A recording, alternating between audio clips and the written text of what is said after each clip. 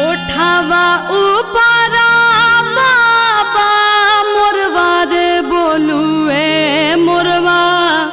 बोलिया सुहावन हो लगुए मोरवा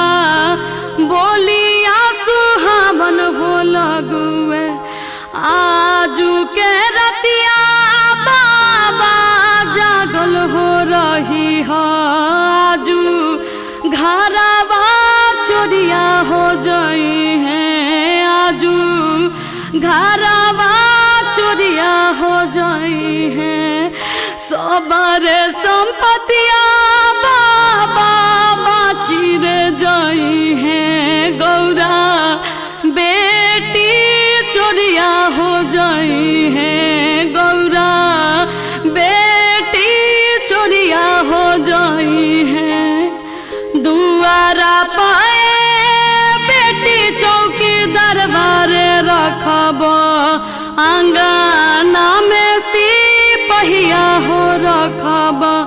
घरवा भी